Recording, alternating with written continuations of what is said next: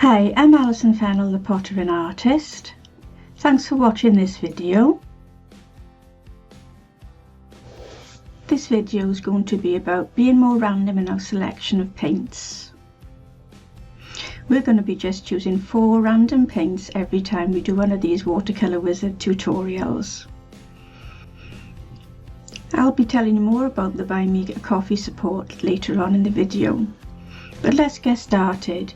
We could just close our eyes, pick some random paints from our pan, or cut up paint swatches so that we can lay them out and then pick them at random. Being more flexible and more daring in picking our colours will give us a whole lot more fun and more confidence and reveal a new you.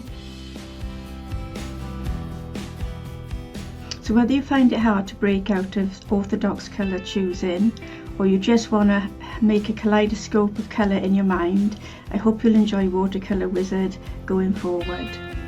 In order to fund the Watercolour Wizard tutorials, I'm going to be using Buy Me a Coffee. That way, any donation of £3 and more will unlock a whole load of perks and benefits.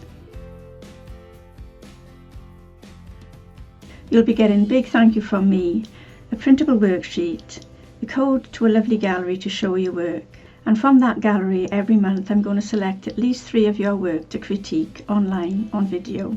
So if you'd like to be part of that, please consider donating when you watch one of these videos. Finally, 3 other donors will also get giveaways such as arty printables from my Etsy shop and a copy of my PDF Potter and Artist magazine. If you've ever lacked colour confidence and just stick too closely to prescribed colours, these watercolour videos should help you break out of that pattern. So just selecting 4 colours, and believe me, 4 is plenty, you'll be able to create authentic and novel colour permutations that you might not have thought about. So join me as we break away from traditional colours for your subjects. I'll be starting off gently though with my first tutorial later on today. But after that we're going to be picking more punchy combinations. You might even end up dreaming in colour. On the way you'll probably meet like-minded wizards in training. That'll be in the Google gallery where you can chat and look at other people's work and see how everyone's getting on. So thanks again for watching this video, and before I leave you I've just got a little extra something for you. Here are the dates. The video tutorial will show on the second Friday of every month. The deadline for uploading your finished work will be the end of the month, and then on the first Friday of the month I'll be doing the video critique. So you've got to be in it to win it. The link to Buy Me a Coffee is in the description below. Thanks for your support.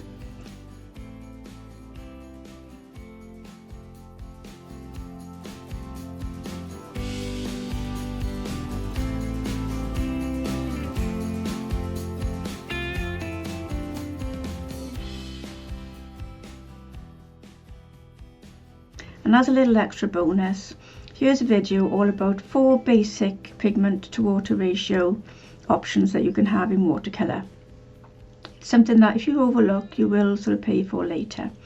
So here I go, starting off with a very viscous mix, which is basically paint straight from the tube with barely a hint of water on the brush.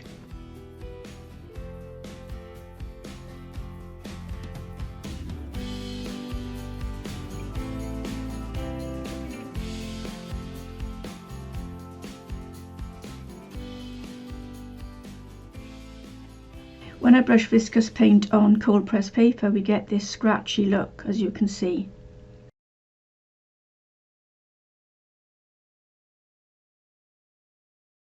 Let's try now for a more pigmented mix, which will have a tiny bit more water mixed into it, and as you can see it's spreading a bit further than the first viscous mix.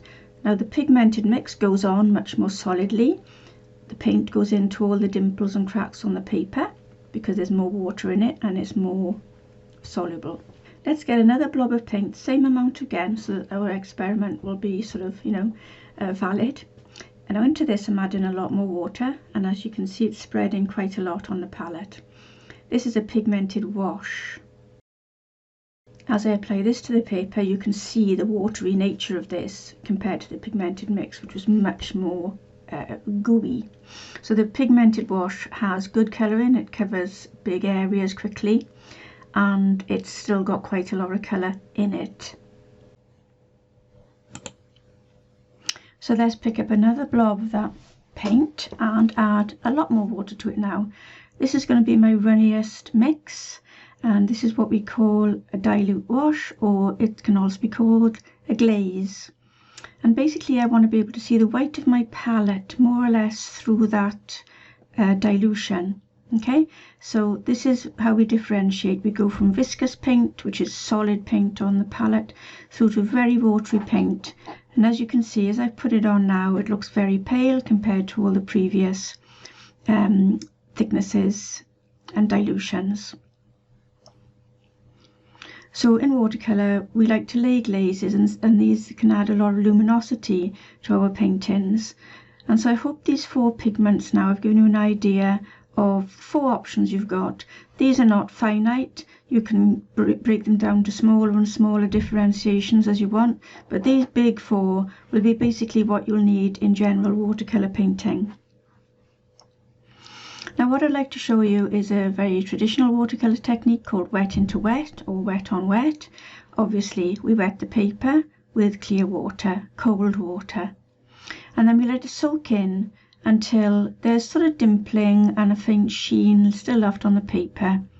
We don't want to have any puddles, as you could see there, then sort of gatherings of water droplets. Make sure it's all soaked in and is evenly moist. Then that's the perfect surface into which to drop colour, and you'll see that it blends in a soft way. This is where a lot of people go wrong, because they don't wait to let the paper soak in just that bit more. And then when I drop in a sort of pigmented mix or a pigmented wash into that wet area, we get a lovely soft edge, and that's called wet into wet. Now if I use the same dilution of paint to pigmented wash on dry paper, you see that all the edges of that shape are hard and crisp. So the 2 options are very useful in painting. Now with a brush that's been wetted and then dried on a cotton cloth, I can wipe through like that and lift out colour. This will work with colours that are not stain-in colours. So certain stain-in colours won't give as much paint back as that nice brown has just done.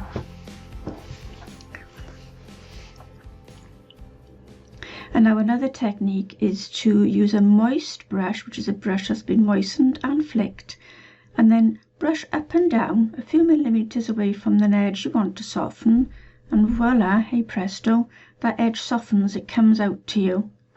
If you find you're getting another hard edge creeping up, just work further back again and then work into the paint again. So it's like advance and retreat, but please note you have to do the softening very quickly, because if you leave it, if the paint to dry on the paper, that edge will not soften as well. So we got thirsty brush for lifting, moist brush for blending, we've got wet on dry, which is a very popular way of applying paint, and wet into wet.